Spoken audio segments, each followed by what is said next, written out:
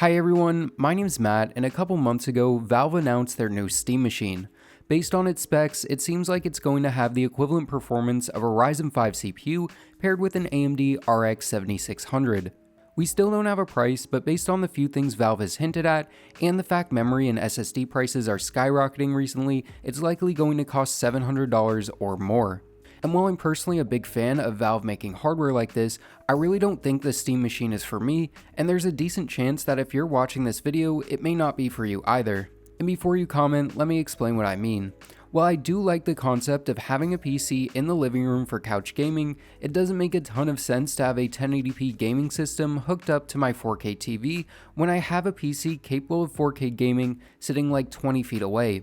Now I could unplug my gaming PC and drag it over, but what would make the most sense is to use Steam Remote Play to render the game on my main PC in my office and stream it to my TV. If I'm doing this, I don't need a mid-range system and could get away with using something much lower end. So I decided to try and build a DIY Steam machine that, for me, will work just as well, but at around half the cost, so let's get into it. When starting this project, I had a couple goals in mind. First, I wanted it to both look and be sized like a console so it could sit on a TV stand without sticking out like a sore thumb. You can totally plop down a mid-tower next to your TV, but I think part of the appeal of the Steam machine is its console-like form factor. Secondly, I again don't need it to be very powerful, but I would like to run some games locally if possible, be able to stream games from my main system, and have enough power to emulate and upscale older console games. Finally, I'd like to keep it relatively affordable. I'm almost certain I won't be able to get anywhere near the price to performance of the actual Steam machine, but if I can stay around $350 or less and it works well, then I'll consider this project a success. So with those goals in mind, I could start getting my parts. Trying to build a budget gaming PC in 2026 is not an easy task, and trying to build something fully custom at this price point while keeping it compact would be next to impossible. So I decided to try and take a different approach. Know those mini PCs from manufacturers like Dell and HP? Well, they're very space efficient and you can usually upgrade the storage, RAM, and CPU, but trying to add something like a dedicated graphics card is usually out of the question. There are a few exceptions though, and one is this guy, the Lenovo M720Q. It's a mini PC like the one I just talked about, but with a cheap adapter, I can add a full-size PCIe slot for a dedicated graphics card. A few months ago, I started trying to find a good deal for one of these, and after a few weeks of searching, I found this one here. This is an M720Q that I picked up for $100 in mid-2025 that came equipped with an i5 CPU, 16GB of RAM, and a 512GB SSD. Price of these guys have been creeping up, but a similarly spec'd unit can still be had for around $150 at the time of writing this script. We will need a few extra things to make it work how we want, but I'll get to those in a minute. So let's check out the PC I got off eBay. Opening up the box, I found the power adapter, wall plug, and the PC itself wrapped in bubble wrap. I always forget how small these mini PCs are, and am slightly amazed whenever I get my hands on one, especially knowing how upgradable this one is in particular. On the outside, everything looks good, and they were even nice enough to leave me the plastic peel on the logo to unpeel myself. I/O on this guy is pretty good with 6 USB ports, 3 display outs, and all the other standard stuff you would expect like audio and Ethernet, and before I tried to open it up, I hooked it up to a monitor and keyboard to make sure it was working. Turning it on, it ironically booted into Windows. I saw everything that I was expecting, so it meant it was time to take a look inside. Getting inside is pretty simple. You just remove this one screw at the back, push the top panel forward, and lift it away. Inside, I found a pretty neat and tidy interior. This clip lets you hinge out and pull away this caddy for a 2.5-inch drive, and under that we find the Wi-Fi card, chipset, and the weird Lenovo form factor 8X PCIe slot. On the left is the blower style fan, which once you unplug the fan cable and the speaker cable can be released with this clip, hinged up, and lifted away.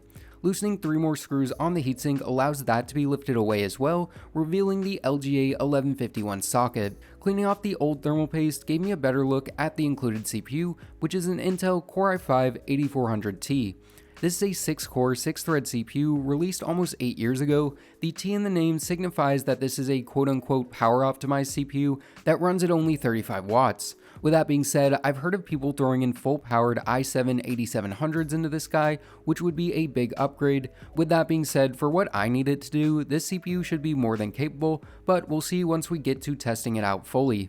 Next to the CPU is the CMOS battery, and the keen-eyed among you might have noticed that there's no memory or SSD in sight, and that's because they're on the bottom, and to access them we have to flip over the PC, push this bottom panel in the indicated direction, which does take a little force, then once it's free it can be lifted away. Underneath we find the two DIMM slots populated with two mismatched sticks of DDR4 RAM, each being 8GB for a total of 16. 16GB isn't ideal for a gaming PC in 2026, but for a budget system, especially one that's not meant to run super demanding games, 16GB will work perfectly fine. The other exposed area of the PCB reveals the single M.2 slot, populated with an older but very high quality Samsung 970 Pro with 512GB of capacity.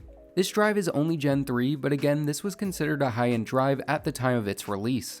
Lenovo also uses a toolless M.2 mounting method, which is crazy they had this figured out in 2018 when it took like 4+ years to get toolless ones for standard motherboards.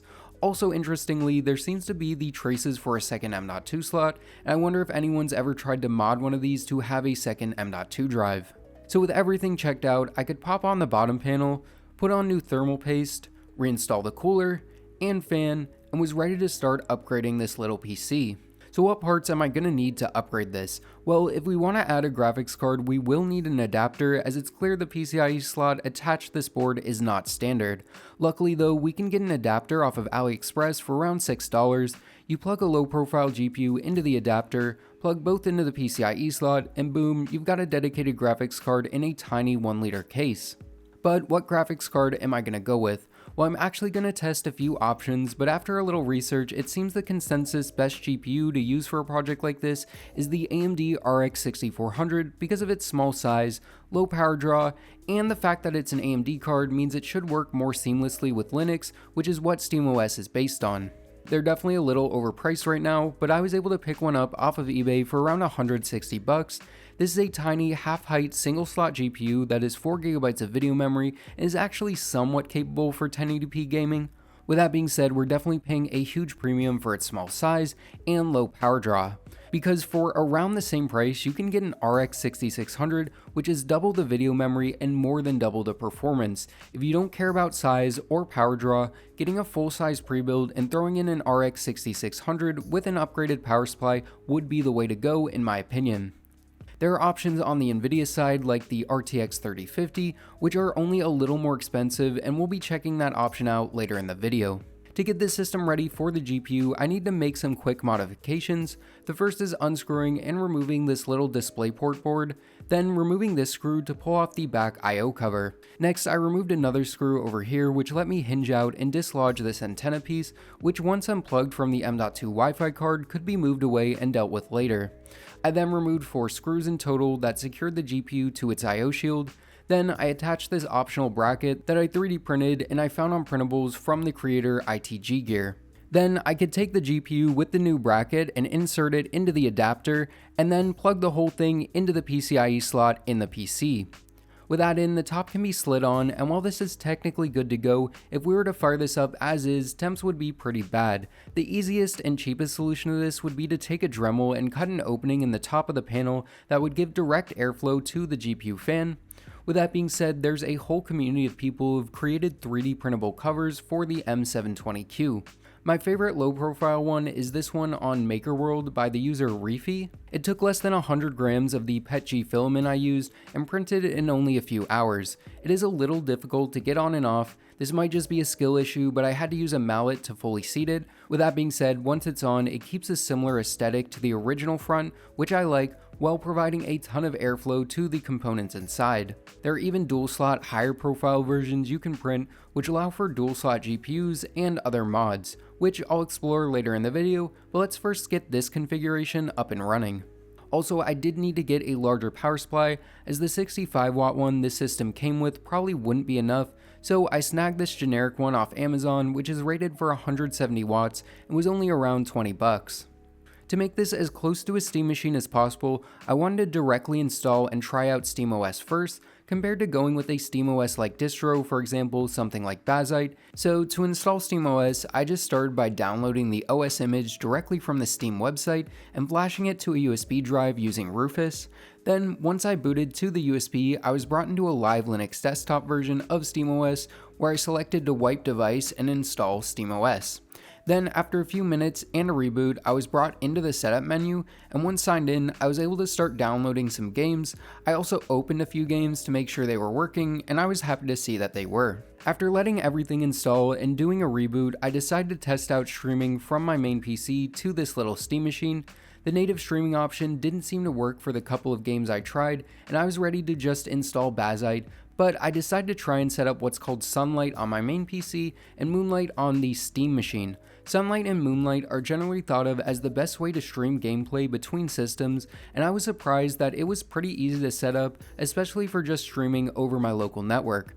And once that was done, the system was ready to bring over to my living room.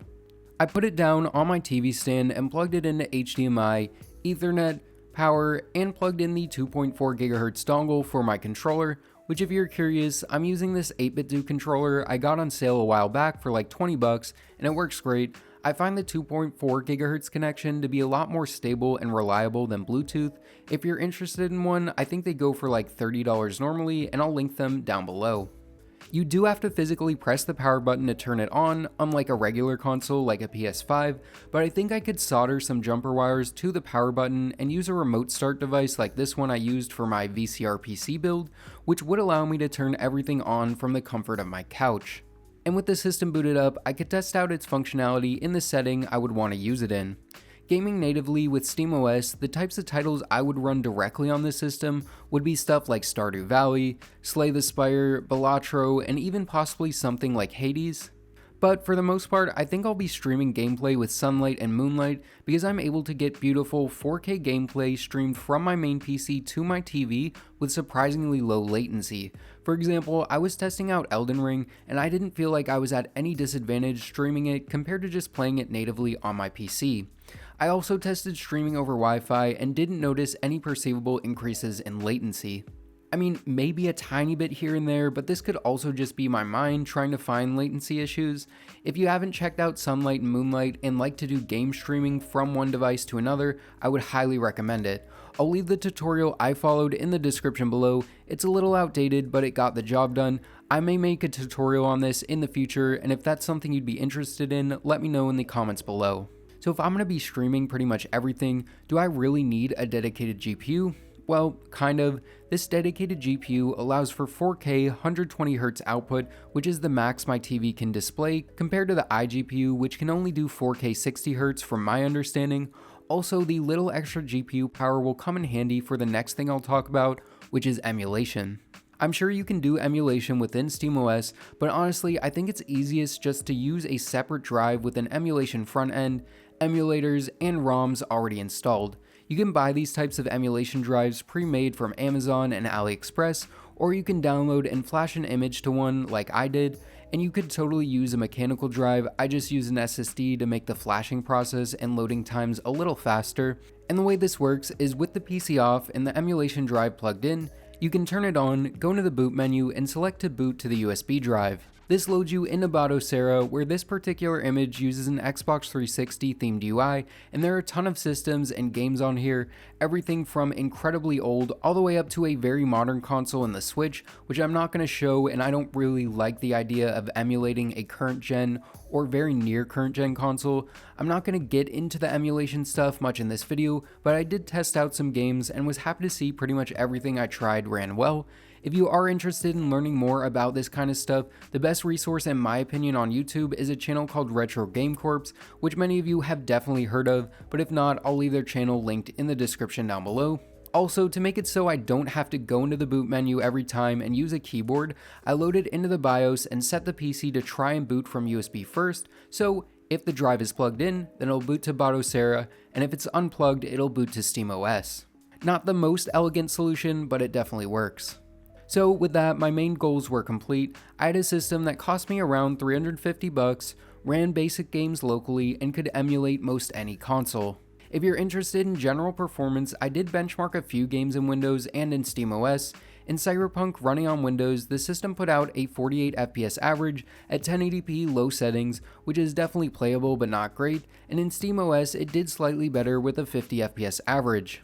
I also tested Borderlands 3 at 1080p medium in Windows, and that resulted in a 69 FPS average, but in SteamOS I couldn't get it to go past 60. I tried removing the frame limits and made sure VSync was off, and even tried running it as windowed borderless instead of full screen, and nothing seemed to work, which I'm assuming is just a Linux thing. But if you know a solution to this, let me know. Temps wise, the CPU is solid, being in the 50s most of the time while gaming, and the GPU had decent temps a lot of the time, but did go up into the 80s in Borderlands 3, which isn't great. So as you can see, native game performance is just okay, which is why game streaming is the best option when possible if you do have a more powerful system already. With that being said, I was interested in trying to use an Nvidia card in a setup like this, specifically an RTX 3050 low profile, which you can get one of these for not much more than a 6400, and seemed like it might be a good idea as they're almost 50% faster and have 2 extra gigabytes of video memory. So I ended up going down a rabbit hole of trying to print a dual slot cover for this card. I ended up purchasing this $5 design from ITG Gear because I liked the front design and I saw there was a mesh top panel option, but after paying for and downloading the files, I found the mesh top and the front I liked weren't compatible, which is partially on me for not looking super close, but looking in the comments of the design, other people had made the same assumption as me.